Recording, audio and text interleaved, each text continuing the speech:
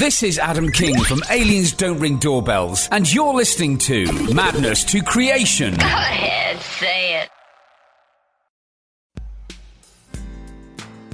Welcome to the Madness to Creation podcast, where self-care and music merge. This is Maddie. How are you? Here I have with me on this podcast interview is Justin Sullivan from the legendary band New Model Army. And what is really cool about this is he came on primarily to promote his latest solo effort entitled Surrounded. And what I really appreciate about this album is how introspective it is and how it covers the emotional gamut that we were feeling during the COVID-19 pandemic. And with the variants and everything like that, it sounds like this pandemic, I don't want to say it's here to stay. I want to say that, you know, it's just a crazy time that we're living in. I'm really trying to stay as neutral as possible on it, so you can draw your own conclusions and take it from there. And if you're confused about the virus, trust me, we all are. We're being bombarded with information and everything like that, and sometimes I wonder if there is too much information.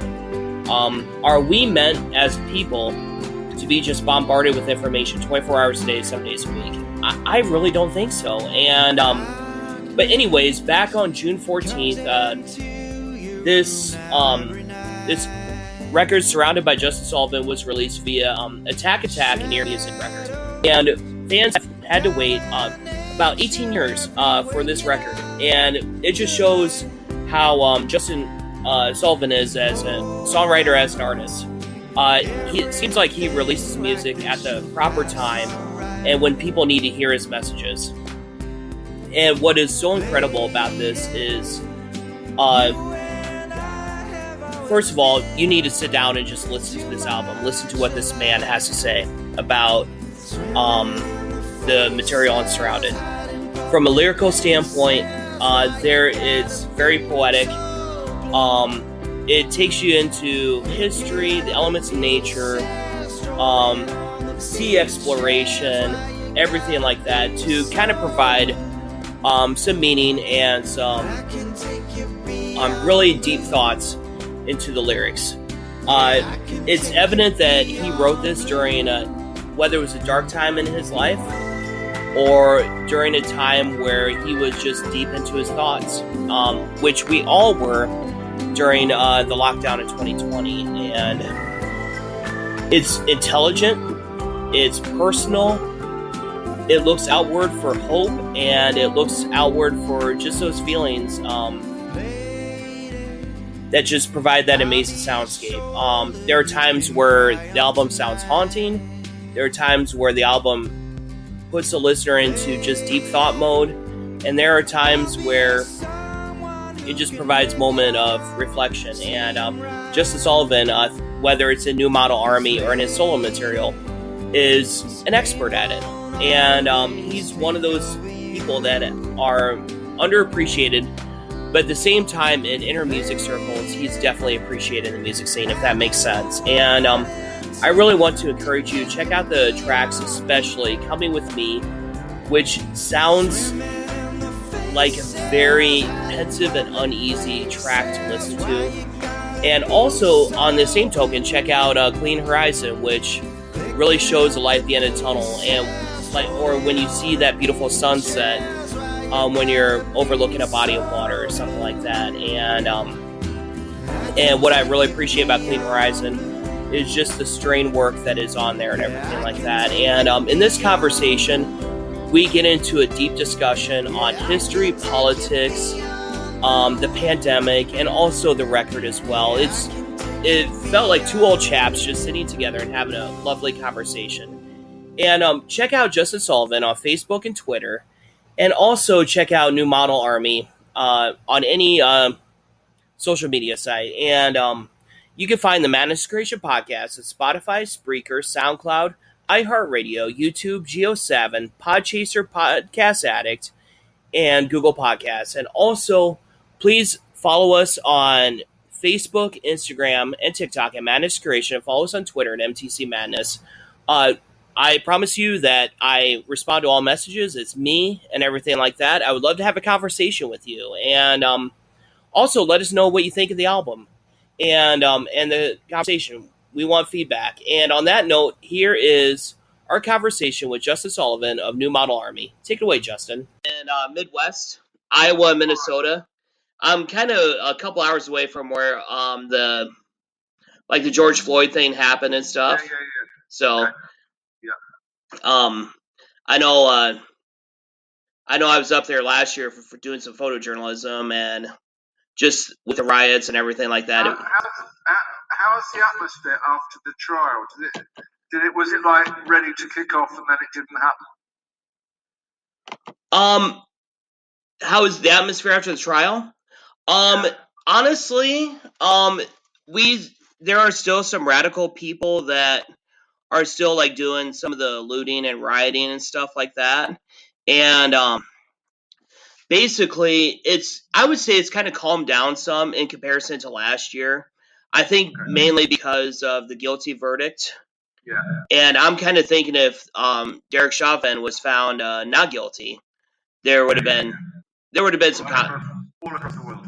Yeah, there would have been some consequences because last year, all 50 states, and I even saw it in the United Kingdom, there was a lot of protests in the United Kingdom as well. It's one of those weird things where you kind of don't like the idea that the person being the trial is a foregone conclusion because they can't afford not to find him guilty.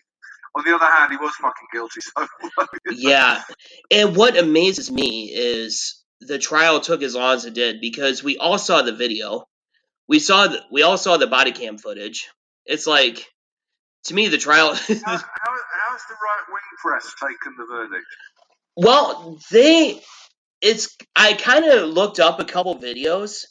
A couple of them are trying to justify that the cop was in the right, basically because they said that George Floyd was high on an opiate called fentanyl, and but what they don't realize is he was already in handcuffs and he was already in compliance, and I was going to say, handcuffs, you can't do that much damage. Yeah, especially when you're lying on your stomach, and if you have your hands behind your back, there's not much you can do. I mean, they tried various angles of the defense, didn't they? But none of them were ever going to work because he was just guilty. Yeah, absolutely, and I know a lot of people on the right wing have said, that what Derek Chauvin, the cop, did was wrong too.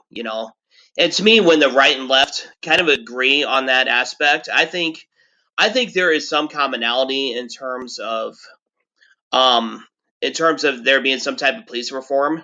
I just think they just see it going about it different ways. It's just kind of, I just feel like we just need more conversations and stuff. And I actually have a recorder on backup recording, and so naturally we'll just we'll talk about whatever comes to mind, and naturally we'll talk about your solo album, which I'm actually really excited about. Have you received I have not received it, to be honest with you. I've only have listened to the 2 singles so far. Oh, really?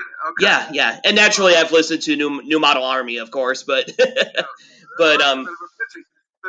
I thought that because I've done some of these with journalists in Germany and places like that, and they were basically talked about the album because they've had it. But it seems a bit unfair that you haven't had it. But okay, whatever. Yeah. So let's just start talking about your solo album, and I couldn't believe the poetic lyrics that you wrote. Like when I think of your songwriting, I think of you like running a writer's workshop, so to speak, because it's very poetic. There's so many layers to your writing. I just gotta ask you, how do you do it?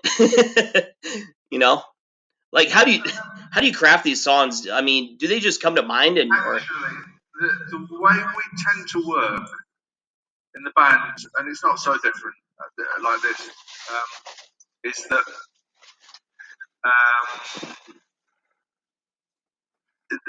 we have 2 cupboards. Into one cupboard goes musical ideas. So last week I got together with Michael and Kerry from the band for the first time in a long time. And we were just pooling ideas off our phones and our laptops. Beats, bass lines, bits of melody, You know, these days with a phone, it's great because you're walking down the street and you think of an idea and you go, it's in your phone. So we pulled ideas, and so that cupboard is marked musical ideas. And like all writers, I've got a notebook all the time. So if somebody tells me a story, I read something, I see something, I feel something, I read something, whatever. I write in my notebook, and it might be like just 2 lines, or it might be a long rant about something, or it might be somewhere I've been and the place has left a big impression on me, and that goes into the cupboard marked stuff I want to write about. So then you just wait till the 2 cupboards are full, and it's important to do that. And then you just start by you pull out an idea, pull out a drum. Let's start with that drum beat, those chords. That feels a bit like this lyrical idea or something. You know what I mean? So, and then you just start piecing it together. And the first thing, you know, it goes in waves for me. I need the time. So I've got a bit of time at the moment. Let's just start writing Malami stuff. And then it's not that difficult. It's just hard work. It's like you're never staring at a blank sheet of paper. As soon as you get stuck on something, you just put it to one side. Now start another one. Try those chords. That bass line. That feels a bit like this story. And then you work on that. You know what I mean? And you're never staring at a blank piece of paper because there's this big bank of ideas. And then what happens is that you kind of you start to get really into the world of music and ideas and stories and stuff, and then it snowballs over a period of weeks. And in the middle period, I just can't stop creating songs, and then it just dries up. And you wait for another year to actually apply yourself. And basically, what happened last April was that I found myself on the sofa at home with a guitar and a lot of time, and I was just noodling around on guitar, and then you think, and then I just start looking through the notebooks and going, yeah, that, you know. And then in the middle of the Amundsen, okay, I've written about Shackleton before. That whole period interests me. Amundsen's an interesting character, and I'd read a bit, and so, you know, that was quite quick. And then in the middle of recording this, I was actually over in Paris at my partner's place after the first couple of months of lockdown, and you know, I was talking to somebody, and somebody told me something, and I got this strong impression about something, and then the next morning I wrote Clean Horizon. Took 10 minutes. Oh, you know, basically they're just reporting on the conversation. I think that there's something I think I wrote to do with Clean Horizon. The holy grail for musicians is simplicity. Oh, absolutely. And I once was asked by I think it was a Californian punk website to talk about lyric writing. They said, "What's the greatest lyric ever written?" So I said, "Jolene," which wasn't the answer expected. But if I look at that song, Dolly Parton tells a story with 2.5 characters: the storyteller, the other woman, and the man. The man doesn't really count,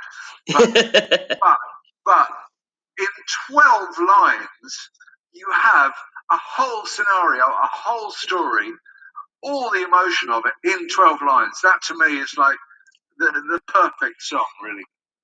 Oh, yeah, I would agree with that. So how does, like, naturally you've been a songwriter, whether it's through your solo work or New Model Army for years and years, like, how do you achieve that simplicity? Like, to where it becomes, I don't know if palatable for the listeners, the right word, but catchy or something like that. You know what I mean? Songwriting in itself, unless you're, you know, early period Bob Dylan, you've got a very restricted palette. So you've got an idea of what you're going to write about, and then you've got the kind of song structure with a chorus, and a very limited number of lines. Over a song which is going to work for 3-4 minutes. So you're going to have to pare it down and pare it down and pare it down and pare it down. I remember writing "Here Comes the War" years ago, and I'd written a whole pages and pages and pages in a notebook. Wow. And it was just a question of paring it down. Mm-hmm. Yeah, definitely. And yeah, I was gonna say, like with Amundsen, when I listened to the single, it kind of reminded me. Have you seen the movie The Dark Knight with Batman? No, I haven't seen that one. Well, it kind of reminded me of the saying, like, you can either.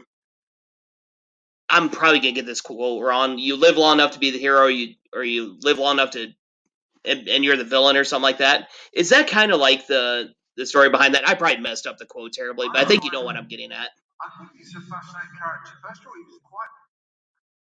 I mean, there are these three great characters, that play in this circle of Antarctic at the beginning of the century: Shackleton, Scott, and Amundsen. Mm-hmm. Amundsen was by far the ablest. Mm-hmm. I mean, he knew how to ski, he knew how to do dogs. He spent a lot of time in the Arctic with Inuit. He knew how to do it. He was a professional, really. But he could never settle to normal life. So he'd come back to Norway, he'd be welcomed back as a hero for a month or two. But he couldn't settle. He didn't really want to be there. And what he'd spend his time doing was trying to raise money for the next expedition. So, he was always trying to get money off people. So I didn't endear him to everybody. He was quite a prickly character. He never married. Mm-hmm. I think that a strange character. And I wanted the song to feel quite spiky. Mm-hmm.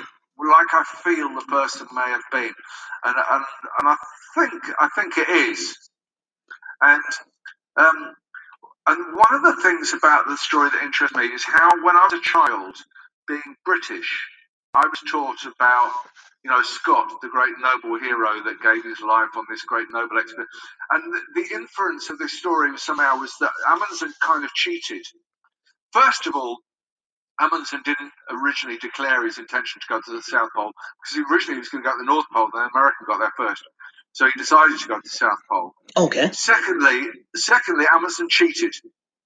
He used dogs to haul the stuff to the South Pole. He had a very pared down team. He did it very efficiently. He knew how to ski, which somehow in the British version of the story is somehow cheating, and the thing was that Amundsen was on a speaking tour of America when they found Scott, and because of two things, really, the power of the British Empire to tell the story, as opposed to Norway. And this plays into the modern era, the power, who gets the power to tell the story, to do their version of history. All right. That is a kind of very relevant thing at the moment.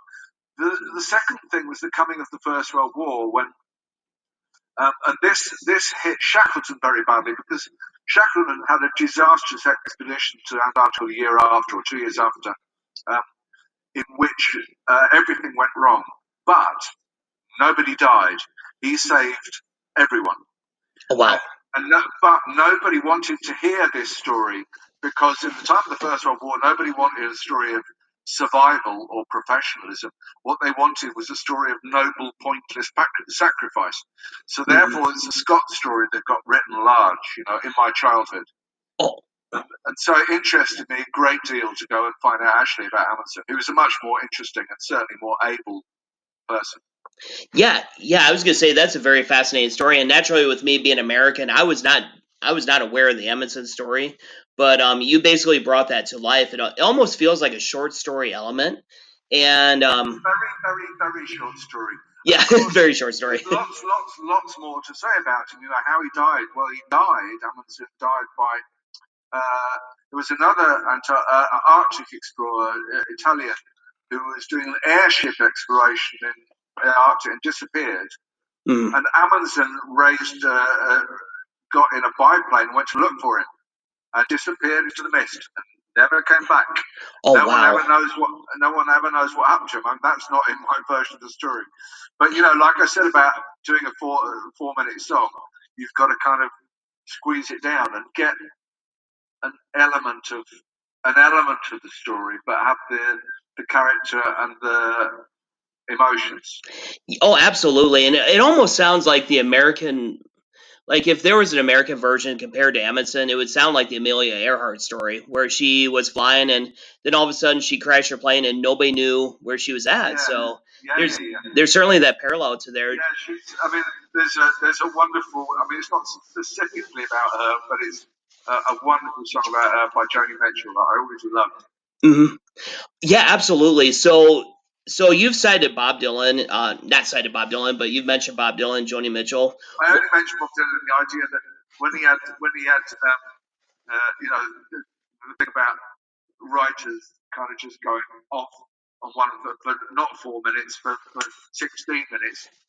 Bob Dylan did that. But of course, I grew up with Bob Dylan, as I grew up with that, Neil Young, Joni Mitchell. They're all Canadians, or Bob Dylan's an honorary Canadian singer. He's just down around the corner. I would say Bob Dylan's an honorary world citizen.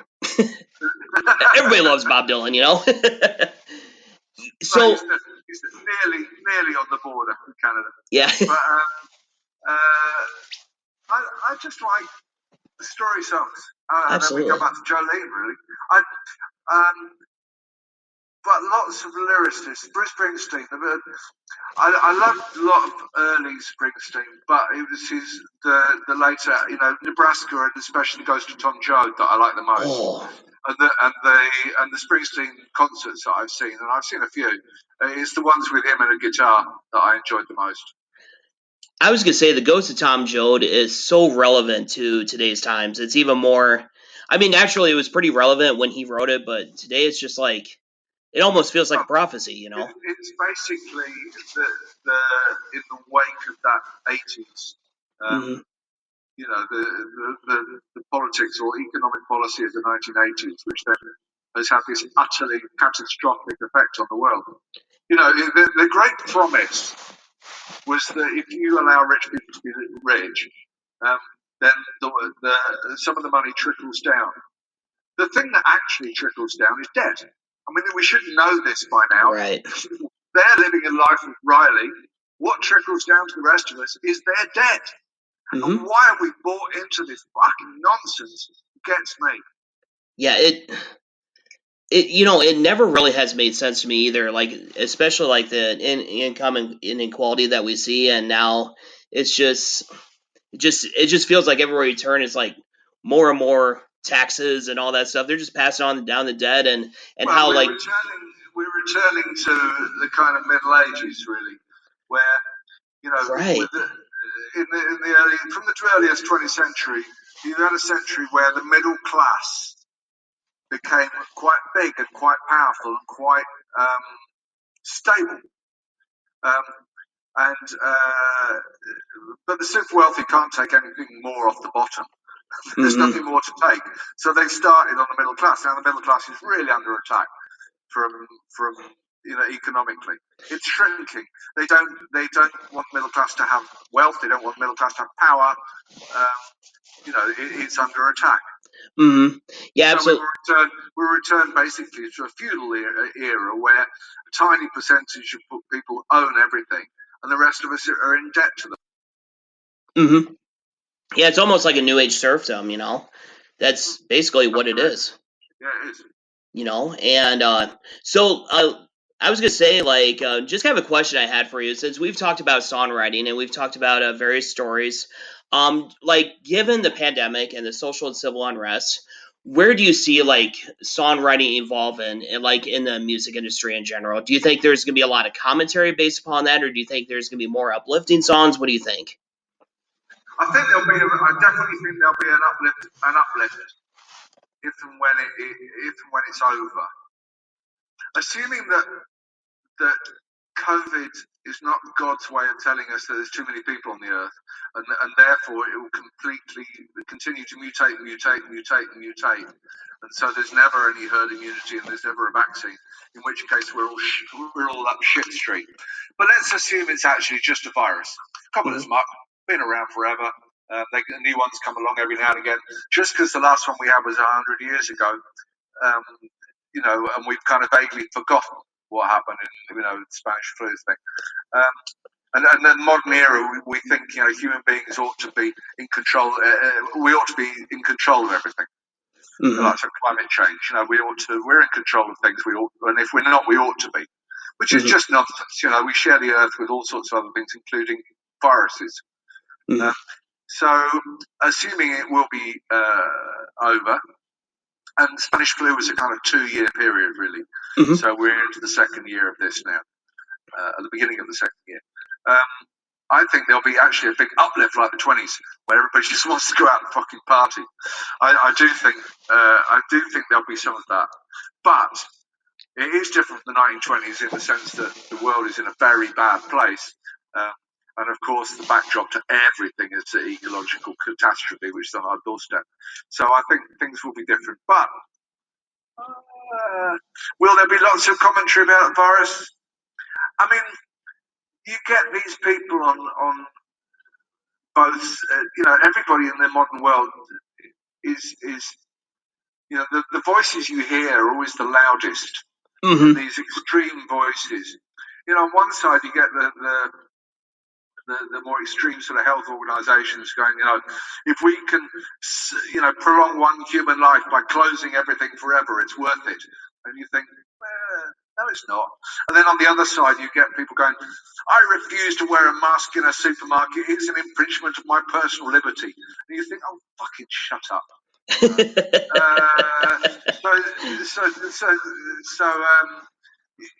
I think most people are kind of in the middle.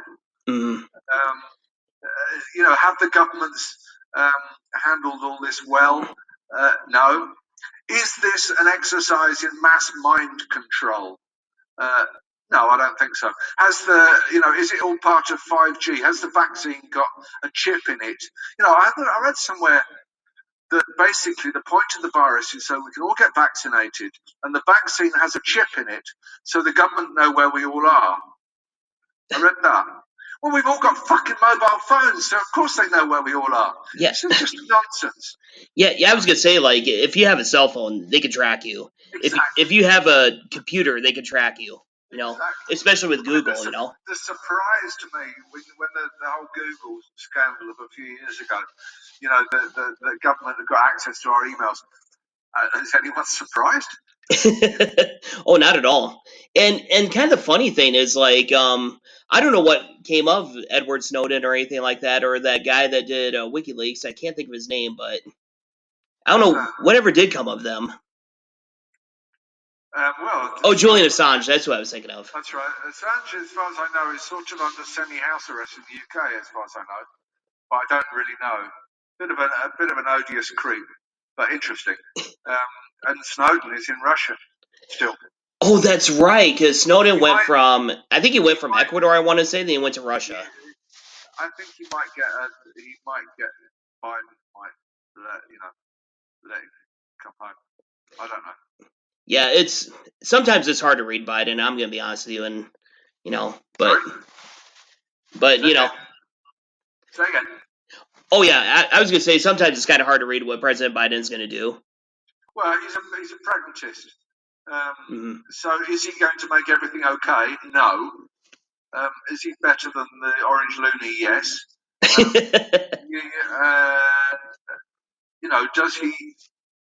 Does he want to do the right things? Probably he does. But then you're balancing all. It's a hard job. Oh yeah. You're forever balancing all these various vested interests. Yeah, I was gonna say I don't think I'd want the job even for a week, let alone a 4-year term. Well, you have to. The bottom line is how democracy came into being, and the idea of democracy. I mean, I sort of go with I'm not a great fan of Winston Churchill, but I will go with one of my favourite quotes is by him when he said, "Democracy is the worst possible form of government, except for all the others." which I think is kind of true. And the idea of democracy is that there are people's representatives in power to protect the people from the vested interests. The problem is when the people in power who are meant to be our protectors morph into the same people that are the people with power. Mm-hmm. So if you look at democracy in the course of democracy in the ancient world, in Greece, I know, people say, well, it wasn't a proper democracy because there was slavery and everything else. Of course, that's true, but correct. Okay, look at the idea of the whole idea was that there was a pattern over a couple of hundred years of democracy morphing into oligarchy, which then turned into military dictatorship. Then there'd be a kind of revolution, and then there would be democracy again, which would morph into oligarchy, which would then turn into military dictatorship. And we're sort of in that phase of we've allowed, and I couldn't say how terminal it is, but we've basically allowed our democracy to morph into oligarchy. I would agree 100%, and I would argue that America today is an oligarchy. I mean, all the politicians are multimillionaires. I think Nancy Pelosi, who's our Speaker of House, she's worth over $100 million. And then the problem is, how do you fight oligarchy? Well, the two things that people can find to unite them in this kind of resistance to oligarchy are extreme religion or extreme nationalism, both of which in themselves are incredibly fucking dangerous. So there is this movement in Europe against the oligarchy is taking the form of extreme nationalism, which in itself is ugly as fuck. There was a really interesting thing happened in the UK and in Europe a week ago, which was this. I don't know if you read about the European Super League, the football thing. I heard there was a bunch of protests, but in America, like, the news has been dominated with the trial that happened up in Minneapolis with Derek Chauvin. So I haven't heard hardly anything about it, to be honest. I saw a political cartoon on it, but that's about it. The biggest clubs in Europe, including some in the UK, three of which are owned by Americans, they decided that what they wanted to do was have a European Super League. So the best teams in Europe, Real Madrid, Barcelona came aboard. 4 teams in the UK, was it 6? No, 6, I think. Juventus, AC Milan, blah blah. And it would have included other European teams, except they were less enamoured by the project. Would create like the American Football League. They'd create a league of the best, in other words, richest clubs who would play each other every bloody week, and they would, and no relegation was possible. So none of the other clubs would ever be allowed into this closed shop, and certainly the founding members of this league would never be relegated out of the league. This is oligarchy in practice, really. It's like closed shop. It's a monopoly. Absolutely, it is. And there was this absolutely massive outcry across all different layers of football across Europe, going, absolutely not. This is absolutely everything we hate about oligarchy. It destroys everything we love about the game. And within 3 days, this was shot down. It was over. Because there was an absolutely united front against this. And my feeling about it was absolutely, I'm against it. I only wish there was the same united front against all the other forms of oligarchy that take place.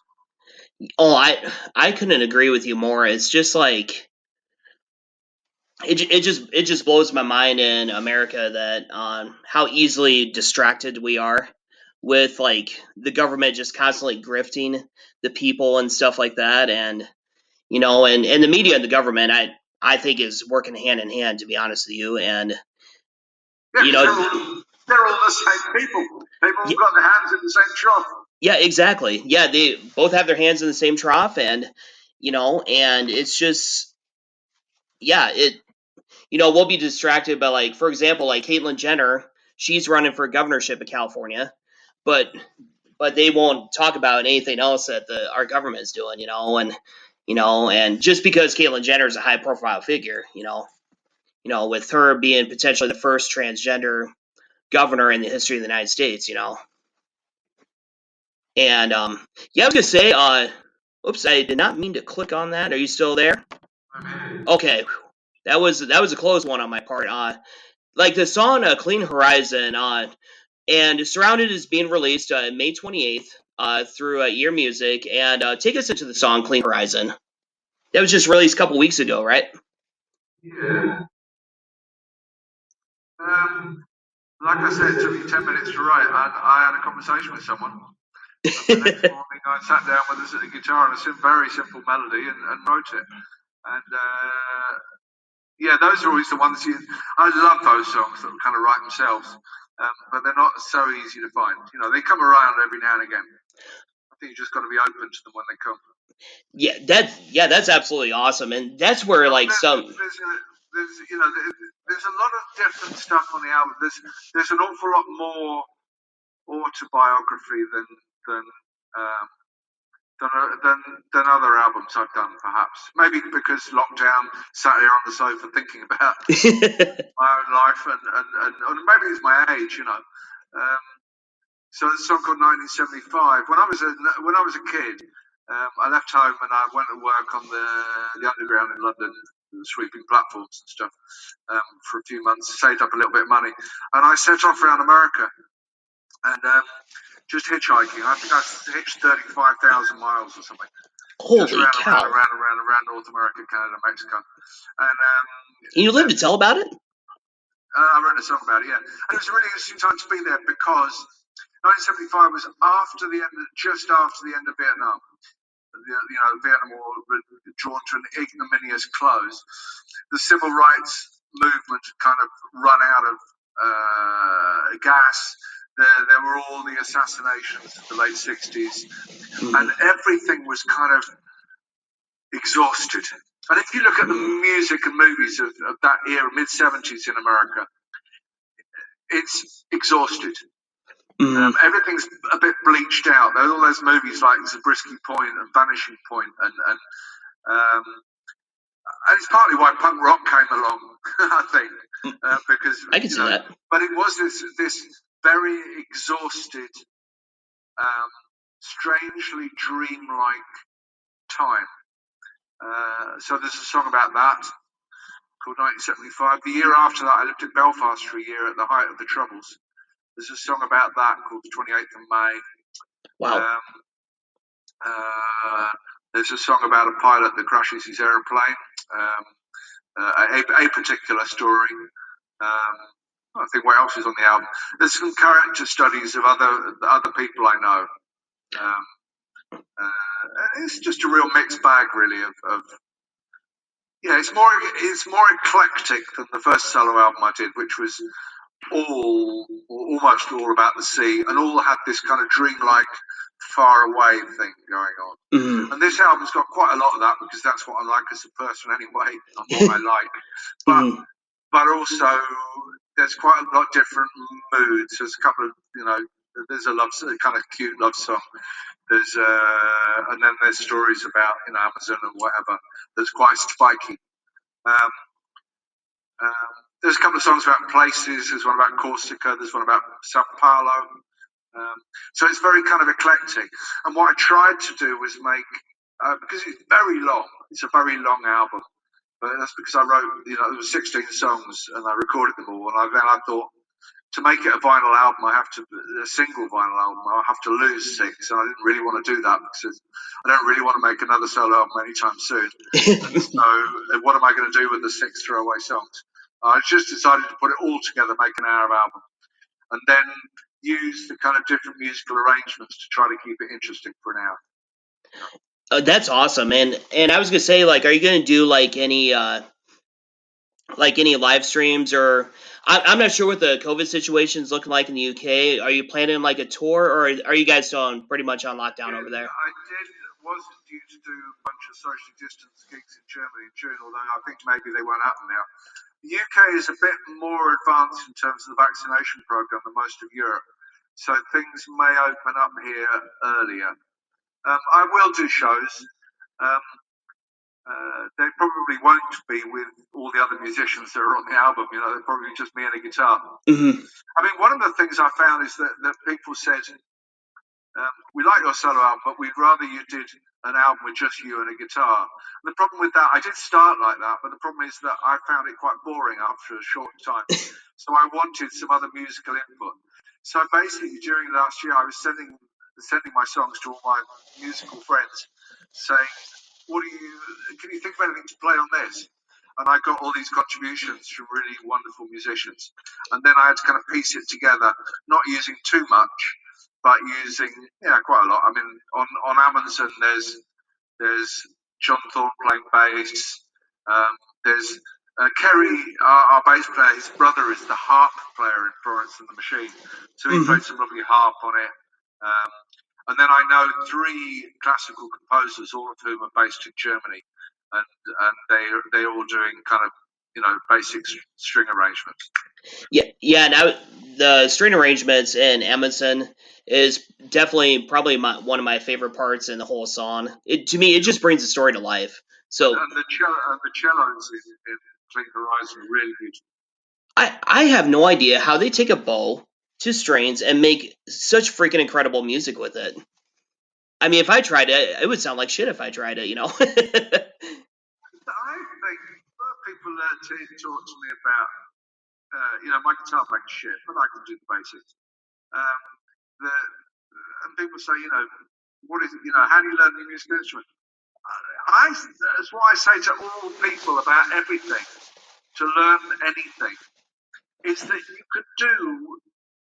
you can learn anything, whether you end up with God-given Mozart-like talent or just a reasonable ability to play. That's maybe in God's hands, but the basic ability to do something, to master a discipline, a technique, you can do it, but you have to put the hours in. Oh, definitely. And that's it. That's really it. Yeah, you have to. If you want to learn to play an instrument, you can do it, but you've got to do the hours. And people are kind of they don't want to do the hours. Yeah, a lot of it has to do with like a self-confidence thing, and just kind of a couple more questions before we depart. What is like from a mental health standpoint? We cover mental health as well as on Madness Creation. From a mental health standpoint, what is the biggest thing that you learned about yourself during this pandemic? And I don't know yet. I think I'm going to find out. But one of the things about the pandemic is that, this idea that we're all in it together. Well, evidently we're not, because if you live in a nice place in the countryside with a big garden and you're not worried about money, then this has been an absolute godsend. Oh, yeah. If you live on the 17th floor in an overcrowded apartment with people you don't get on with so well, and you're worried about money, this has been hell. So That's a good point. So I think that people's circumstances are very different. But beyond that, I think that everybody I know has become like a more extreme version of themselves, because all the rough edges of our personalities and our characters that get smoothed by everyday contact with other people have not, that contact with other people has not been there in the same way. So everybody's become like I say, a slightly more extreme version of themselves. I think that lots of people have been thrown in on themselves. I think for some people that's been very difficult. If you live with the post-traumatic stress syndrome, I imagine that this has been a very difficult time. But I also think that perhaps for some people, that time with yourself, you do become more mentally self-reliant. You find yourself actually able to do things easier perhaps than you thought. Oh, And absolutely. I read an interesting statistic the other day that people thought that this must be a terrible time for mental health, and the suicide rate would rocket. Actually, that's not true. The suicide rate has not rocketed, and I think that maybe there's an element of people actually learning to cope with themselves because they have the time and the necessity to do it. That's a very good point. Like, I think a lot of people use this time to self-reflect and to learn about themselves, and Yeah. just to see what they got to do, and not rely on others so much. And also to recast their idea of what's important. Mm-hmm. One of the things I quite liked about it, at the beginning of the pandemic, people talked about key workers. Who is it that must still go to work in order to keep society going? Well, for the first and probably the last time in history, people that mop hospital floors or ladies that check out in the supermarket, these people were suddenly thought of as important, Mm-hmm. which they are. Mm-hmm. And, Absolutely. and suddenly you've got this kind of look at society. What's actually important? The people that keep the taps going, people that keep the sewage system going. They're important. Are they more important than the fuckers on Wall Street? Yes, they are. And there 100% they are. There was a slight momentary recognition of the value of people is not according to how rich they are. And I like that. Honestly, that was through the pandemic. That was one of my favorite parts in history, where we celebrated the grocery store worker. We celebrated the people that work in the sewage system, like you said, and instead of looking at like celebrities or Wall Street. This idea that we're constantly meant to strive and achieve and get richer, and that the ultimate goal. You turn on your fucking YouTube, you'll be inundated with adverts for how to get rich quick. And of course it's a casino, and it's weighted against you. Yeah. But it's a sort of recognition that ordinary people having ordinary lives and doing ordinary jobs are important. Yeah. Oh, yeah. And to me, I wish we would just kind of continue on with that mentality, because I felt like we were kind of more united as a society and as a people because of that. Well, let's hope that's something that lasts. Although, like I say, the problem is we're facing an awful lot of other issues simultaneously. Yeah, and part of me, like, yes, we need to get back to normal because that's in our human nature. But part of me is like, I don't want to be serving the billionaire class, to make it to where they're more rich, Screw those people, Yeah, absolutely. And so Justin, what else would you like to add in regards to Surrounded, which is coming out May 28th, or where people can find you, and also I got to ask you the question, and you don't have to answer this if you don't want to. Are we going to expect more New Model Army music coming up? Or you would expect I don't have an awful lot more to do at the moment. Oh, fair enough. I've got together with members of the band again for the first time in a while, and so yeah, we'll be doing that. How people get hold of me? Not easily. We're not a social media band. We don't do daily reports on Facebook or any of those things. I don't do Facebook. So we're quite private behind the scenes. I just hope people can, listen to the record and get something from it. That's the point. Yeah, that is so awesome. And to me, I feel like that's what keeps the mystique of you as an artist is that you're not on Facebook. It just keeps it. There is a New Model Army Facebook when we do announcements about where we're playing and stuff, but nothing really beyond that. I think that there is also, it's been a long time since we came to America, and we're aware of that, and it's to do with issues with labels, but mostly to do with issues with bloody work permits. But there are this year, which would have been, no, it was last year now, our 40th anniversary, there was talk about, touching North America again. And so, we have got that in mind, that it's about bloody time. Yeah, definitely. And if you come to Iowa or Minnesota, I would love to come buy a ticket and come to see a show. So awesome. And Justin, I want to thank you so much for taking the time to interview with me for Madness Creation Podcast. This was so much fun. So thank you. Cheers. Yeah, cheers to you, and have a good day. Thank you. Right.